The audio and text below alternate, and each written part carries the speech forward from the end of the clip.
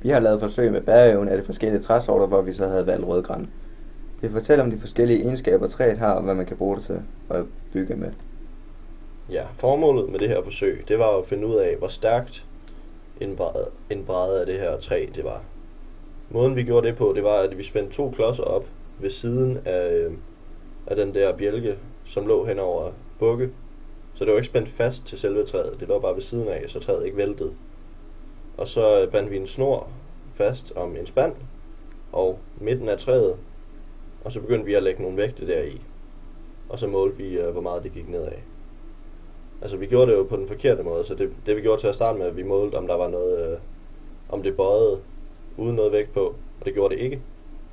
Men så hældte vi bare, jeg tror vi kom 45 kilo i, og så var vi færdige, og så begyndte vi at tage kilo ud og måle, hvor meget den bøjede. Så det er jo en fejlkilde, og det var egentlig ikke sådan, det skulle have været.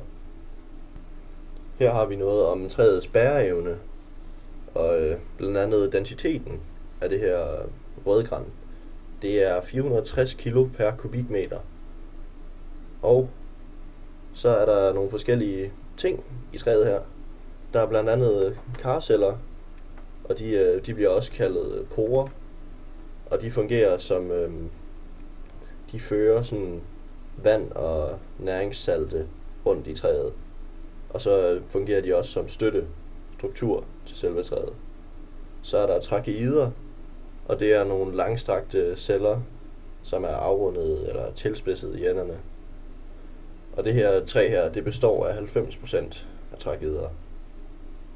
Så er der parenkymceller, og de er nogenlunde firkantede og også rimelig langstrakte. Og de er så lavring, de lavrer næringsstoffer og medvirker ved transport af vand og næringsstoffer. Ja, her har vi så lavet nogle udregninger om bæreevnen af den her almindelige bjælke. Og så kan vi jo se her på den første U-max, den viser hvor meget vægt bjælken den kan klare, før den knækker i teorien. Så det er nogle tal, vi har regnet ud på forhånd. Og så er der U ned, den fortæller hvor meget. Og den anden graf her, den viser hvor meget den bøjer ved så også meget vægt. Vi kan tydeligt se på her på den første, at vores den bøjer noget mere end teoretisk set burde kunne holde til. Men det gjorde den altså. Altså det her dias, det viser præcis det samme som sidste dias. Men på det her dias, der har vi udregnet bæreevnen ved en I-profil af samme træart. Og I-profiler, de kan holde mere træ end normale planker kan. Graf 1 i venstre side står der, hvor meget pres at den pågældende træsort kan holde til. Nedenunder ved bunden af grafen er, hvor mange kilo er vi puttet på.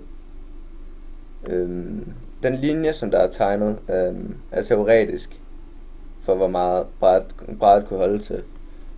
Så vi havde ramt sådan rimelig præcist. Graf 2, det nederste, viser, hvor meget brættet kan bøje, og venstre side betyder træet. Betyder, hvor meget træet kan tage, før det knækker. Der skal vi have koldt ned. Yes. Og nogle af stederne, man bruger den her, nu vil jeg fortælle lidt om, hvor man bruger hvor man bruger den her træsort. Og den er mest ideel til udendørs brug, fordi at når den først er blevet tør, så modtager den ikke væske. Så det er rigtig godt til ting, der skal stå udenfor, så længe vandet det kan løbe af. Til gengæld så kan den ikke modtage træbehandling, så overfladebehandling. Så den vil ikke være, den holder ikke super længe. Men ja, den er heller ikke så god til at stå indenfor, fordi at sådan nogle møbler, de skal jo holde i lang tid. Og det gør det her ikke. Det er ikke det stærkeste træ. Træet vokser i Nordamerika, nordlig, østlig og central Europa er blevet indført i vest.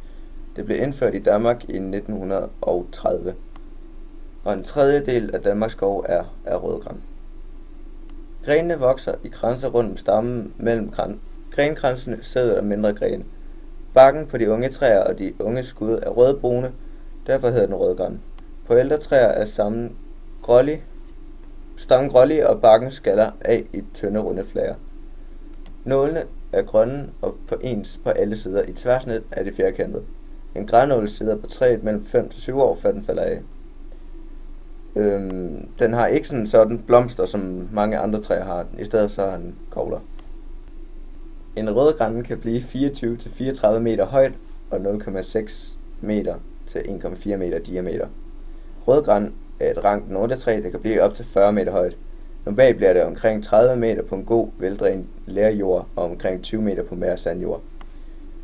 Et rødgran det bliver mellem 45 til 80 år, og for en hektar fyldt med rødgran produceres 12 kubikmeter træ på et år. Rødgran